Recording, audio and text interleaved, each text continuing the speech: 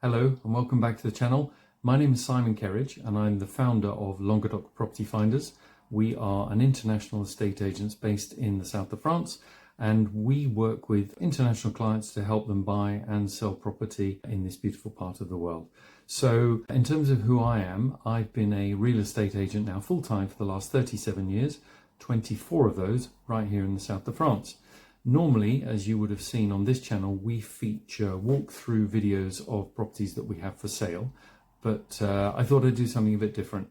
Typically in my job, I have to very regularly explain to both buyers and sellers all about the property buying process in France. So I thought today I would take the opportunity to do a quick video and to walk you through everything you need to know. So where should we start? I think we should probably start on the basis that you've found a property that you want to buy, you've made an offer and you've had the offer accepted. So what happens next?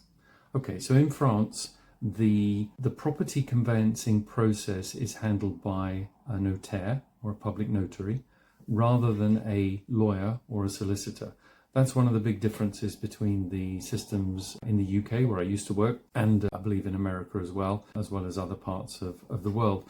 So one of the big differences is that the notaire isn't working for either the buyer or the seller. The notaire is sort of an officer of the state who's put in place and works for the state to ensure that everything is correct, everything is legal, and all the information is correctly passed between the buyer and the seller. It's not unusual at all that there's only one notaire working for a property transaction, because the notaire isn't really working for the buyer versus another notaire working for the seller. So it's very normal to have one notaire. What happens most of the time is that when someone finds a property they want to buy, they would typically be happy to use the same notaire as the seller, and the seller would typically use the notaire they use when they purchase the property. Now, something you will want to know is that if you're a buyer, then you have the right to choose any notaire you want to. It doesn't have to be a local notaire, can be anywhere. In the event that there are two notaires, the costs of the notaires, the fees, are simply shared between the two notaires. So it doesn't change anything in terms of costs for the buyer. It simply really adds another link in the chain of the movement of information. So it's important to understand as well that in France, it's the buyer who pays the notaire's fees. Now, these are typically referred to as frais de notaire, the notaire's costs, the notaire's fees. And depending on where you are in France, certainly where we are here, we would always advise clients to budget on around about 8% on top of your purchase price. So 8% of your purchase price on top. It's worth noting that actually the term frais de notaire is incorrect, and the notaires don't like that. They prefer it to be called frais d'acte, the fees for the act, for the legal act. And the reason they don't like it being called frais de notaire is because of this around 8%. It's only about 1% that the notaire takes as the fee for doing the job. The rest is tax. So notaires don't like it when a buyer refers to it as frais de notaire, because they feel, and a lot of the time the buyers do think, that the notaire is taking 8% on top of the purchase price, but that's not at all the case. So you choose your notaire. Okay, so there's either one notaire for the transaction or there's two. The next thing that has to happen is that the buyer has to provide certain information to the notaire. Now, this is typically done via the estate agent who manages the sales process, and the information that is required from the buyer is often referred to as état civil, so sort of civil information, if you will. Now, this is very basic information, such as your full names of all the buyers concerned. So full names, address, dates of birth, places of birth, dates of marriage, places of marriage, professions, anything like that. And you need to send that information along with copies of your passport, typically, to the estate agent. The estate agent would then put all this together and be able to send over a sort of a pack of information to the notaire. So the way we do it, we prepare an information sheet, and on that information sheet it has all of the information that the notaire needs about the sale, and we send that including the buyer's passport information, the seller's passport information, details about the property, the diagnostic reports, etc. And all that goes over to the notaire, and then we as the agents request that the notaire starts to work on the sales contract, which is called the compromis de vente. Part of the compromis de vente would be any specific conditions. Now, the most obvious or the most usual specific condition would be if a buyer needs finance. If you need finance and you're taking finance in France, then there's quite a specific way that this is handled. So when I used to work in the UK, the conveyancing system there, one of the things that the buyer had to do before exchanging contracts, signing the first part of the contract, was to get their mortgage offer. That doesn't happen in France. So in France, you can't formally apply for a mortgage application, you can't submit a mortgage application without a signed compromis de vente. So how does that work? Well, what that means is that you put your details of your finance that you require into the compromis de vente, and the compromis de vente is signed subject to you getting the loan based on those conditions. The conditions are you have to put in the maximum interest rate that you will accept from a lender, the amount of money you need to borrow, and the duration of the loan that you're applying for. And all those three things go into the compromis de vente. The compromis de vente is then signed, at which point the sellers are locked into the deal. You as the buyer would then take that signed compromis de vente and go to your lender and be able to formally submit a mortgage application. So that's how it works. The preparation of the compromis de vente by the notaire depends where you are here. We're looking at sort of 2 to 4 weeks. It takes the notaire about 2 to 4 weeks to pull everything together. Now, if you are a registered and licensed estate agent, such as I am, then we have the legal right to prepare a compromis de vente ourselves.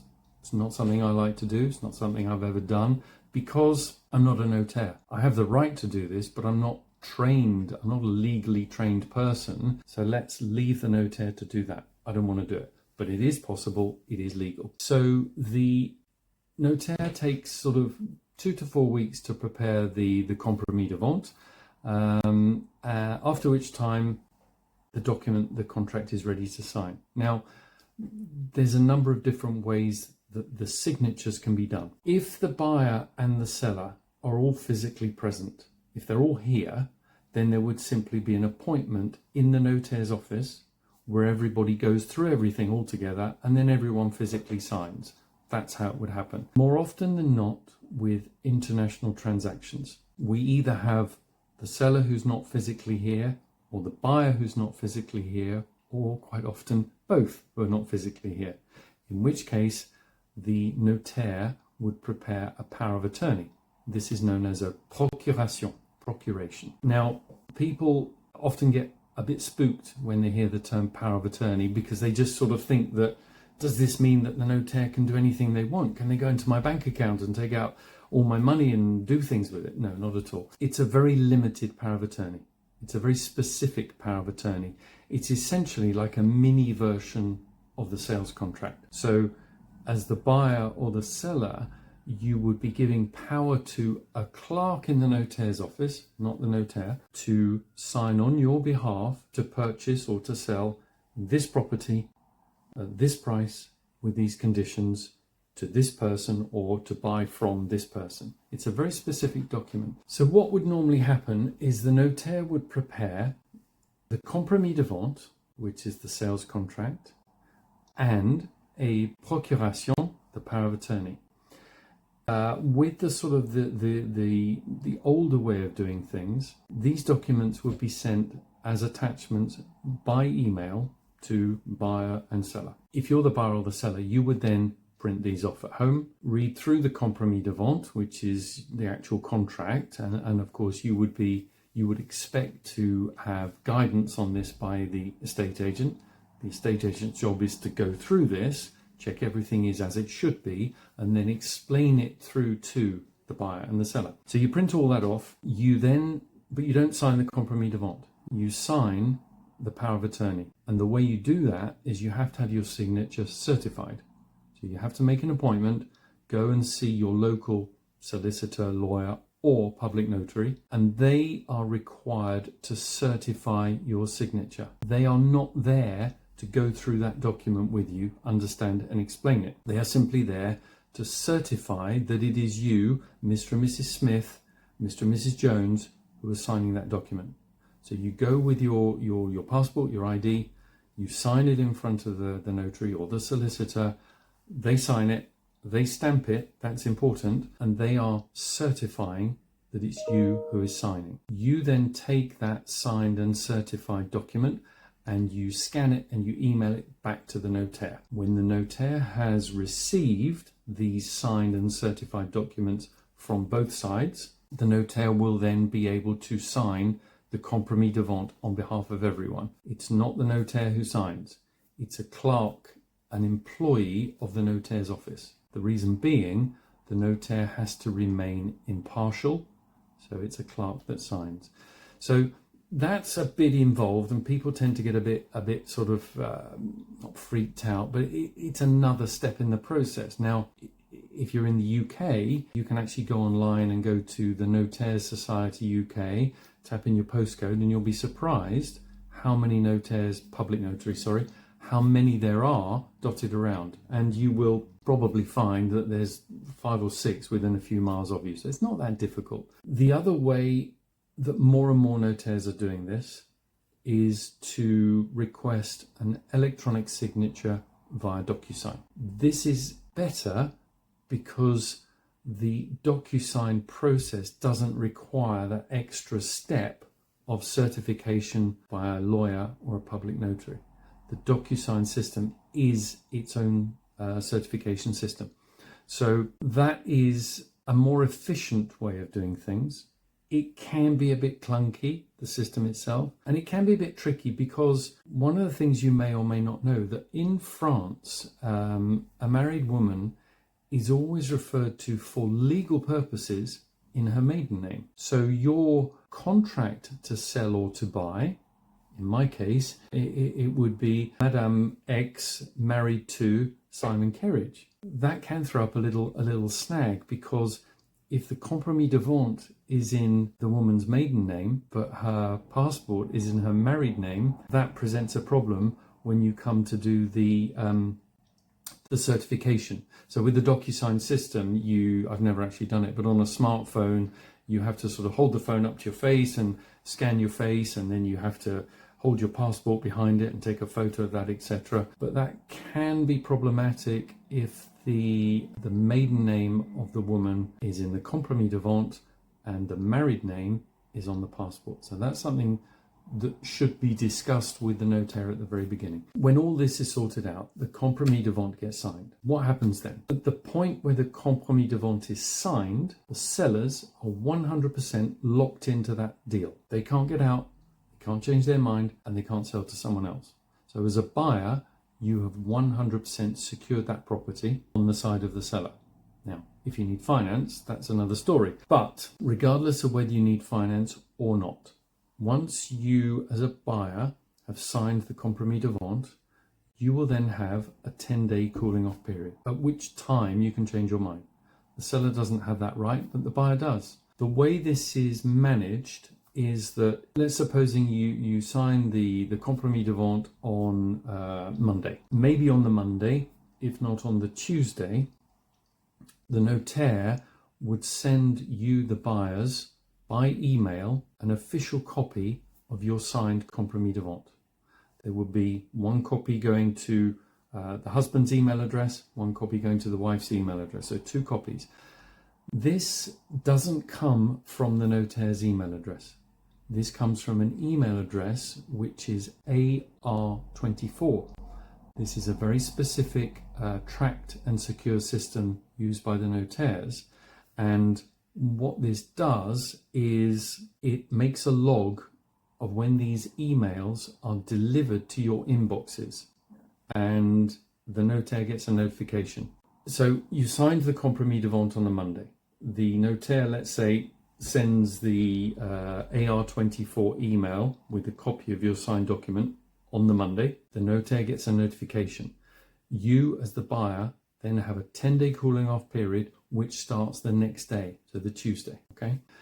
You will be expected to have sent your deposit that should arrive in the notaire's account by the end of the 10 days, typically here around 10%, sometimes 5%. And when you get to the end of your 10 days and your deposit is with the notaire, you are then tied into that deal, to that contract, equally as the seller. So that's all done and dusted. That's the point where, from the point of view of the buyer, the seller, and the estate agent, things go a little bit quiet, because that's when the notaire starts to do some behind the scenes work. Now, certainly here in this part of France, it may be different in other parts of France, but here, when you have the compromis de vente, you, unlike in the UK, and I think in America, you sign the compromis, you don't have a set completion date. You don't have completion will be on the 17th of March. You have a long stop date. The long stop date here that all of the notaires write in is completion within 3 months or 90 days. That's what they all write in. Now, it's important to remember that when you sign that compromis de vente, that long stop date in the compromis, which could be written as 90 days or could be an actual date, that's not the final date where you will all turn up and sign the contract. That gets set a little bit later on. Remember that. So what happens next? So you sign the contract, you've gone through your 10 days, you've lodged your deposit with the notaire, and then things will go a little bit quiet. A standard sales contract in France, compromis de vente, is conditional upon certain bits of information being obtained by the notaire. The notaire applies for and starts to gather these bits of information once the compromis is signed. So that's one of the reasons you have this circa 3-month delay, is it takes time for the notaire to apply to the local town hall, the mairie, apply to the region, and that's one of the reasons it takes time. So the notaire goes through all of this and starts all of this process behind the scenes. So we've got our circa 3-month time period, and really normally here, certainly in this area where I work, we need to wait around about 2 months before we as the agents can make contact with the notaire and ask, have you got all the information back yet? Are you able to set a completion date yet? They may say, yes, we are. They may say, no, not yet, we're missing X, Y, and Z. So we can, realistically, we can have that conversation with the notaire about 2 months into the process. Whether it's 2 months in or 2.5 months, whenever the notaire's confirmed that he or she has got back all the information that is required, that's the point when the final completion date can be set. So we as the agents then manage a conversation between the buyer, the seller, the notaire, maybe 2 notaires, and us to find a day and a time that suits everybody, and then an appointment is set with the notaire's office.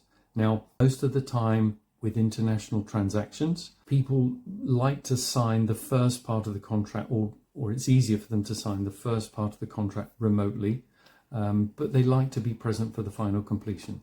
It's exciting. It's emotional. You want to be there in the notaire's office. You want to get the keys in your hand and walk away with a smile. So that's what typically happens.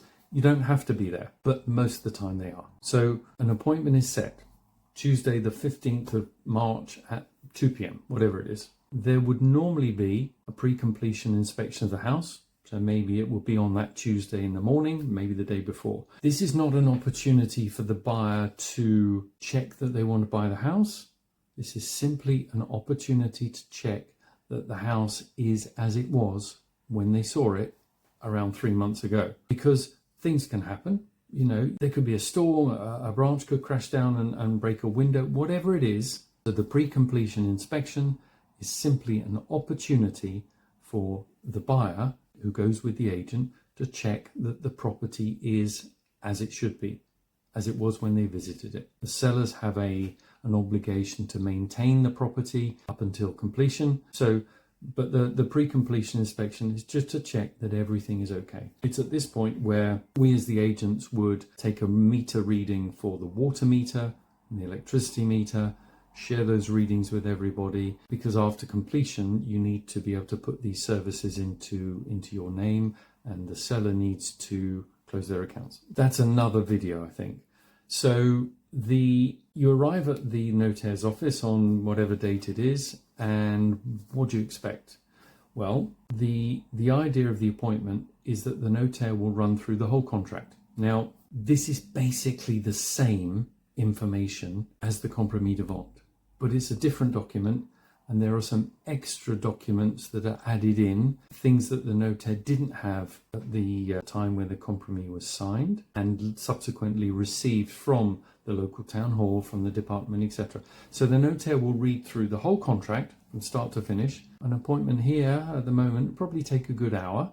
It gives the buyers and sellers an opportunity to ask any questions, etc. And at the end of that, everyone signs. One signature, and it's done. Once that's happened and the notaire pushes the button and validates the sale, then that sale has completed, and you as the buyer are now the new legal owners of the property. Congratulations. The notaire will either give you in person or send by email 2 versions of a document which is called an attestation. This is a proof of sale for the seller and a proof of purchase, proof of ownership for the buyer. The reason there are 2 versions is quite simply one version with the price, one version without the price. Why is this? Well, for the seller, in order for the seller to be able to cancel their insurance contract, they need to provide proof of sale, the attestation. Now, if you're selling a property, you probably don't want the insurance broker to know how much you sold your house for. It's none of their business. So you would give them the copy without the price. And subsequently, if a buyer needs proof of ownership to open a bank account or something, again, you may choose to give them a copy without the price. And that's basically it. It's a good system. It's pretty straightforward. There are some differences between systems in other countries, but it's a system that works well. I hope this video has been helpful. I hope it's been useful. I think there's probably a lot to discuss here, and I think there's probably quite a few points I've raised here that could lead to further questions and further discussion. So why not drop a comment in the comments section below, ask any questions that you might have, and then we can maybe have a sort of a bit of a community discussion on the comments, and everyone can learn something. I hope that's been helpful. I'll see you on the next one, whether the next one will be another property tour, of which we've got some very exciting ones, or another, let's call it, information video. That's the end of the video. Thanks for watching.